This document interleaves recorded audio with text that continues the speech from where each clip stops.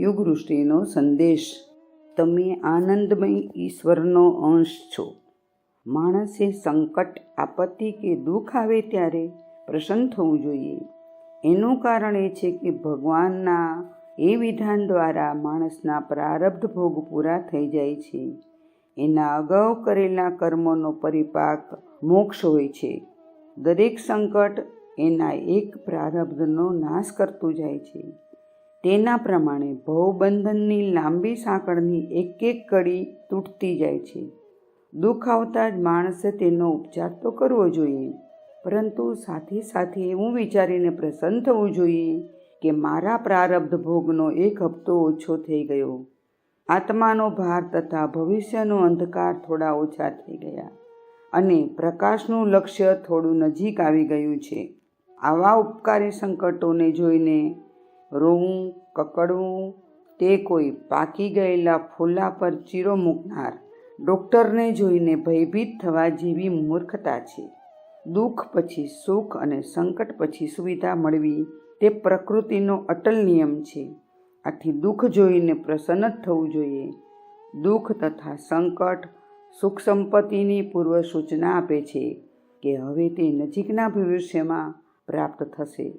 વાદળ અને વીજળીને જોઈને ભયભીત થનાર બાળબુદ્ધિવાળા લોકો થોડી વારમાં જ આવનાર પ્રાણદાયક વરસાદને જોઈ શકતા નથી. સંકટો સુખ તથા કલ્યાણના અગ્રદૂતો હોય છે. તેમને જોઈને ભયભીત ના થવું જોઈએ.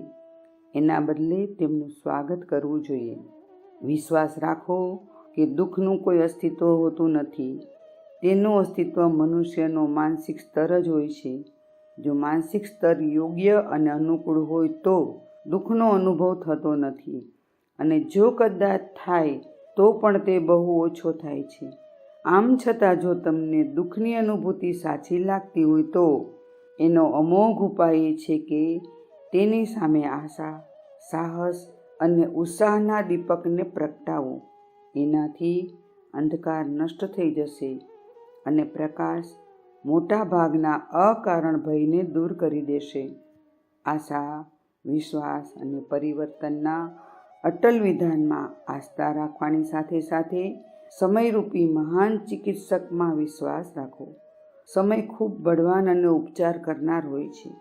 ધીરજ રાખવાથી તે માણસના મોટા સંકટોને ટાળી દે છે. સંકટ તથા દુઃખ જોઈને ભયભીત થવું તે કાયરતા છે. તમે ઈશ્વરનો અંશ છો, આનંદ સ્વરૂપ છો. તમારે તો ધીરજ, સાહસ, આશા, વિશ્વાસ અને પુરુષાર્થના બળે સંકટો તથા વિપત્તિઓની ઉપેક્ષા કરીને સિંહની જેમ જીવન જીવવું જોઈએ. અખંડ જ્યોતિ, માર્ચ 1979, પેજ નંબર 4445. સંદર્ભ ગ્રંથ યુગવૃષ્ટિનો સંદેશ. શાંતિકુંજ વિડિયો ગુજરાતી યુટ્યુબ ચેનલને સબસ્ક્રાઇબ કરો તથા બાકીના વિડિયોઝનો લાભ લેવા માટે બેલ આઇકન જરૂર દબાવો. ધન્યવાદ.